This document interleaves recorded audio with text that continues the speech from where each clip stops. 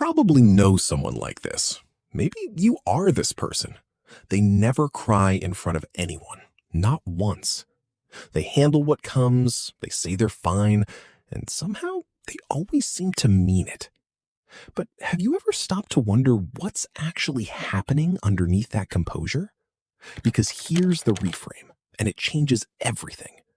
What looks like emotional control from the outside isn't simply strength, it's architecture. A structure built carefully, brick by brick, usually before that person was old enough to understand why they were building it. What you're about to explore isn't a portrait of damage, it's a portrait of quiet complexity, of people who learned very early that surviving always meant mastering themselves first. These things don't begin in adulthood.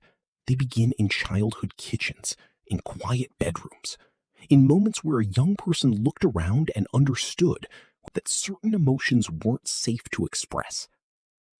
Psychologists call this emotional masking, and research in attachment theory shows it almost always takes root before age 10. It isn't weakness that creates it, it's intelligence. A child's mind learning, with remarkable precision, exactly how much of themselves the environment around them could hold. And when that environment couldn't hold much, they adapted. They got quieter, more self-contained, more capable of managing alone what others needed company to survive.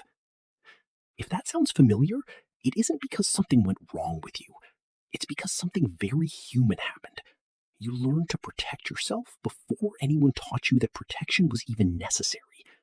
That's not brokenness. That's an extraordinary kind of resilience. The first thing you might notice is the humor. They are, almost always, the funniest person in the room.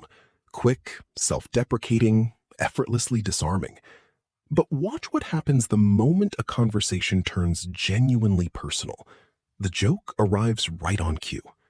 Psychologists call this affective masking, using levity as a buffer between the self and emotional exposure. To the outside world, it reads as charm.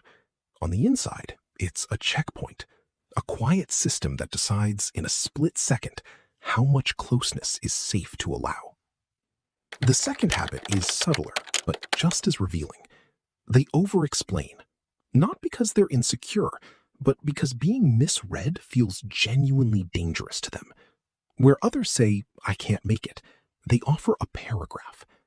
Psychologists call this preemptive justification, and it lives at the intersection of hypervigilance and a deep, quiet need to be truly understood. And these are only the surface patterns. They walk into a room and read it before they've said a word. Who's tense? Who's performing? Where the exit is? This isn't paranoia, it's fluency, a language learned young, in environments where reading the atmosphere wasn't curiosity, it was necessary. Psychologists call this hypervigilance, a trauma-adaptive response that sharpens perception into something almost architectural. What the world sees is quiet attentiveness. What's actually happening is a mind that never fully powers down. Then there's the apologizing. Soft, reflexive, almost automatic.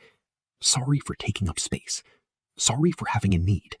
Sorry for existing at an inconvenient moment. It arrives before any offense has been named, because somewhere early they learned that their presence required justification. Psychologists call this fawn response, and beneath it lives one of the most heartbreaking, quiet beliefs a person can carry, that who they are, without apology, might simply be too much. Asking for help doesn't come naturally to them, not because they're proud, though it can look that way, but because somewhere early, needing people felt dangerous. So they stopped needing people. They became the one who figures it out, who carries it quietly, who would rather exhaust themselves in private than let anyone witness the struggle. Psychologists call this compulsive self-reliance, and what lives beneath it isn't strength. It's an old, unresolved fear that depending on someone will eventually cost them something they can't afford to lose. Then there is the other side of the same wound. They will drop everything for someone else's crisis, sit with your grief at midnight, carry burdens that were never theirs to carry.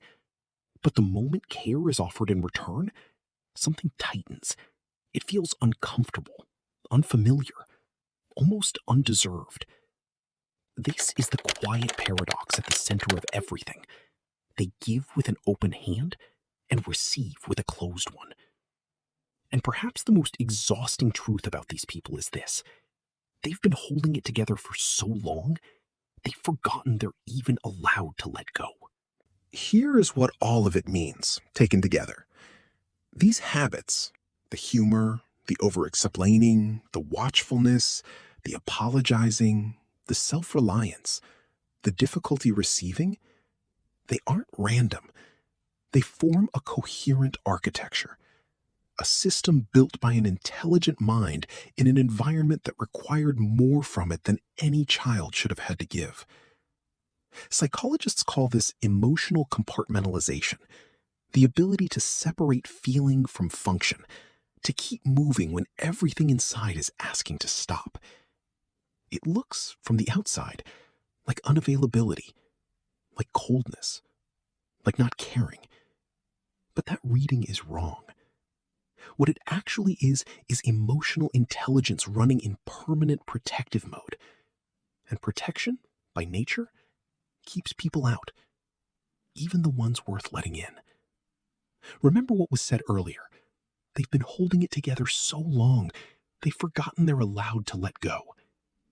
This is that reminder. Quiet, unhurried, long overdue.